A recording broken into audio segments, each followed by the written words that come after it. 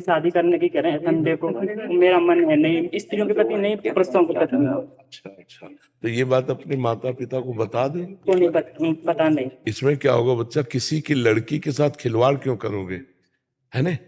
मुझे लगता है कि तुम्हें माता पिता से अपनी बात बता देनी चाहिए। मानेंगे नहीं।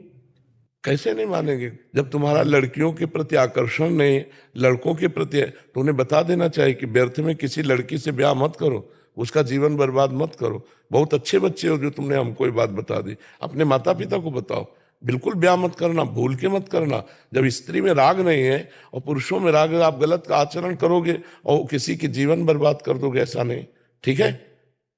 अभी पीछे वाले बैच में एक लड़का आया, उसने कहा हमारे मम्मी पापा हमारी शादी करते हो, लड़कियों से आकर्षण है नहीं, लड़कों से आकर्षण है। एक लड़की आई थी पीछे, उसने कहा हमारा ब्याह हमारे माता पिता ने खूब धन लगा के किया, हमें ऐसा लड़का मिला जो लड़का ही नहीं है। तो हम ऐसे भाईजनों से हाथ जोड़कर प्रार्थना करते हैं कि जिनको इस तरह की अंदर वृत्ति भगवान ने दी है, वो कभी किसी लड़की के जीवन में धोखेबाजी न करें। आप अपने मम्मी पापा से अपनी बात पूरी शेयर कर दो।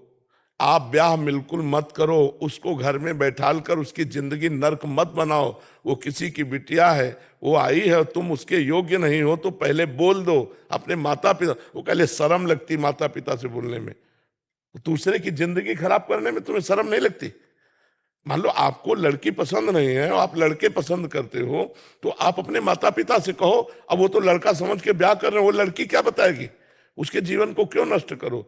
तो हम इस माध्यम से सबको प्रार्थना करते हैं कि हमको भगवान ने जो वृत्ति दी है, वो बताना कोई इज्जत की बात में धब्बा नहीं लगने वाला।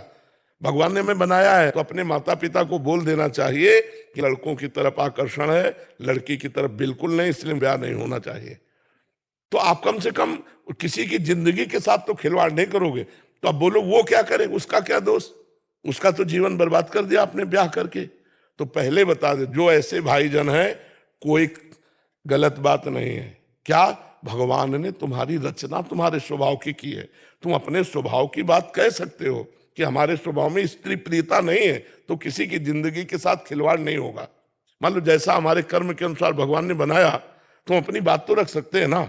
समाज है, अब उसको छुपा लिया आपने अपनी बात को और ब्याह करके घर में बैठा लिया, उससे बात करते नहीं हो तुम दूसरों, फिर उसका क्या होगा, वो लड़की क्या करेगी, उसका जीवन क्या होगा। इसलिए हम इस माध्यम से सबसे प्रार्थना करते हैं, डरो मत। जी माता पिता को ही सपोर्ट करना चाहिए कुछ। हाँ, सपोर्ट करना चाहिए। अपने माता पिता को खुल के बताओ, और माता पिता से प्रार्थना है कि आप उस बच्चे को समझने की चेष्टा करें।